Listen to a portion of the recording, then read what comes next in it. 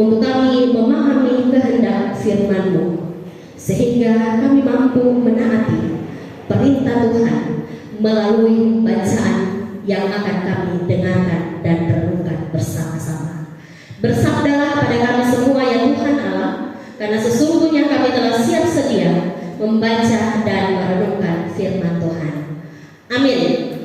Firman Tuhan yang terdapat dalam kitab Amsal pasal 10 ayat 19 hingga ayatnya yang ke-21. Saya membacakan ayat 19. Bapak Ibu jemaat Tuhan membacakan ayat 20, ayat 21 kita baca bersama-sama. Ayat 19 pemimpin yang akan membacakannya, ayat 20 jemaat Tuhan, ayat 21 kita akan baca bersama-sama. Demikian bunyi firman Tuhan, di dalam banyak bicara pasti ada pelanggaran, tetapi siapa yang menahan bibirnya berakal budi.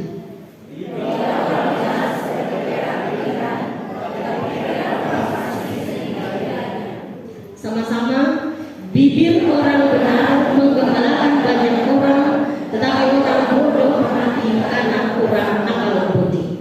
Demikian jawab pembacaan kita pada saat ini yang disebut berbahagia ialah kita semua yang membaca, kita semua yang mendengarkan, apa terlebih kita semua yang akan memelihara firman Tuhan itu dalam kehidupan kita di tiap-tiap saat. Haleluya.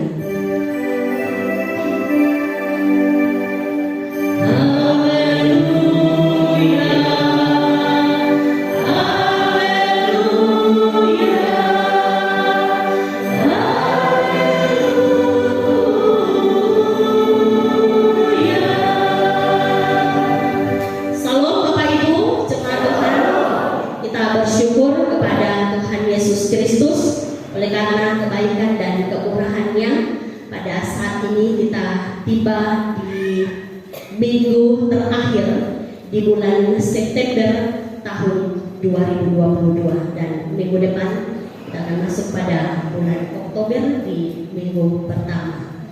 So tidak lama, so Natal. Saya lihat di postingan mulai ada yang posting kue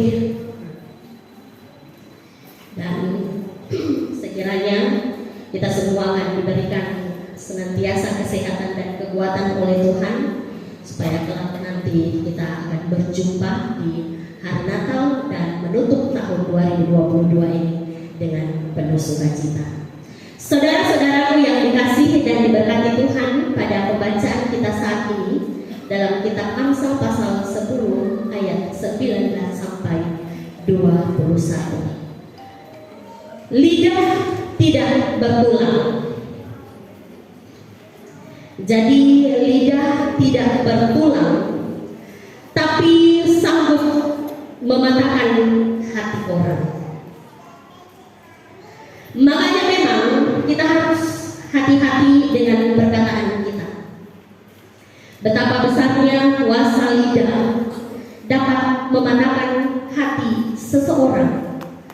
Artinya lidah kita ini bisa membangun orang lain, tapi bisa juga dengan lidah kita dapat mematahkan semangat orang lain, bisa membuat orang lain itu bangkit atau bangkit untuk hal yang buruk.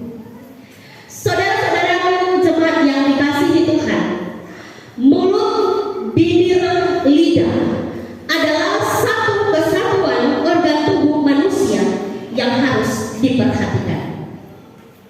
Sesuai dengan bacaan kita pada saat ini mengatakan bahwa dalam banyak bicara pasti ada pelanggaran, ayat 19 bagian A. Artinya ketika kita terlalu banyak bicara secara tidak sadar, biasanya kita mengeluarkan kata-kata yang tidak menyenangkan hati orang lain. Nah, ini biasanya terjadi pada ibu-ibu, tapi tidak menutup kemungkinan mungkin anak-anak, bapak-bapak juga melakukan hal yang demikian.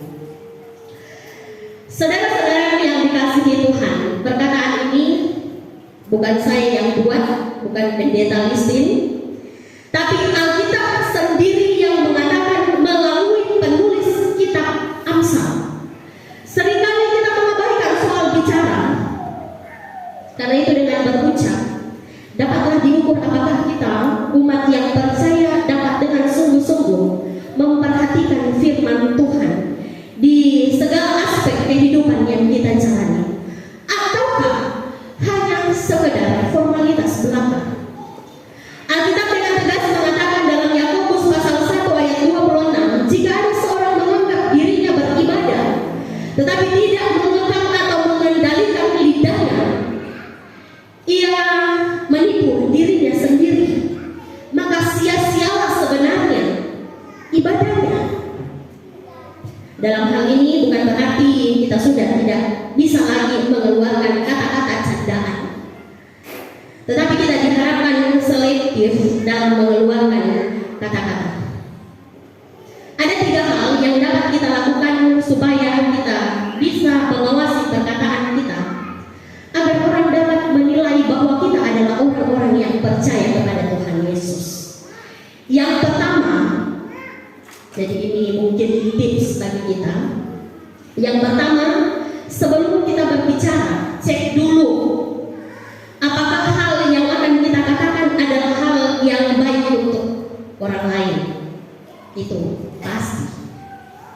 Yang kedua, cek atau pikir terlebih dahulu apakah yang akan kita katakan itu hal yang benar. Jika itu merupakan perkataan kebohongan, diharapkan untuk tidak berkata-kata supaya tidak terjadi kesalahpahaman. Yang ketiga, cek atau pikir apakah hal itu bermanfaat bagi orang yang mendengarnya.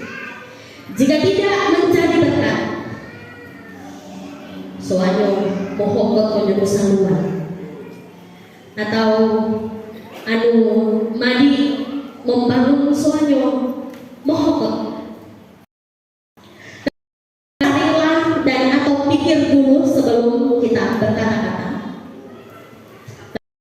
Memakai lidah kita lebih baik yang berguna. Karena kita menjawab dengan memang kita mengekang lidah kita keluar dari dalam tanggung. Karena itu ada hal yang dapat dari bacaan kita saat ini, yaitu berada dalam keluarga, dalam jemaat, kata-kata supaya tidak terjadi salah paham, pertikaian. Yang kita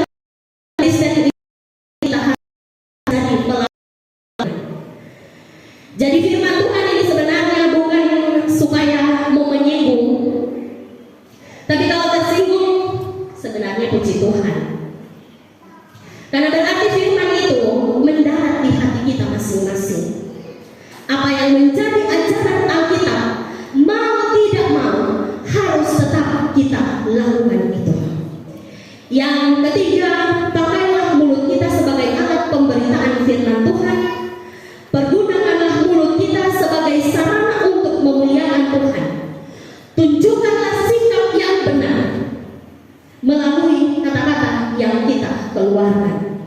Kemudian yang terakhir dari ketiga hal bagian tadi, sebagai umat yang percaya kepadanya, sewajarnya apabila kita merenungkan setiap perkataan yang keluar dari mulut kita. Di hati kita berkeluarga, sudahkah kita bertanggung jawab menjaga kata-kata kita? Jemaat Tuhan, marilah kita pulang menjadi orang yang tulus, yang menuturkan kata-kata bijaksana, menghindari perkataan yang jahat dan perkataan yang sia-sia. Kalau kita menjaga perkataan kita dengan baik, kita akan menuai dengan baik. Kalau kita tidak, perkataan kita setelah introspeksi kita, perkataan kita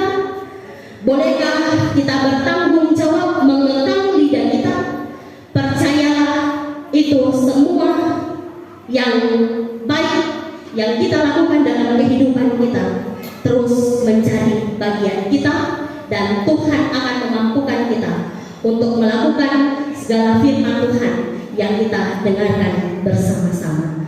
Terpujilah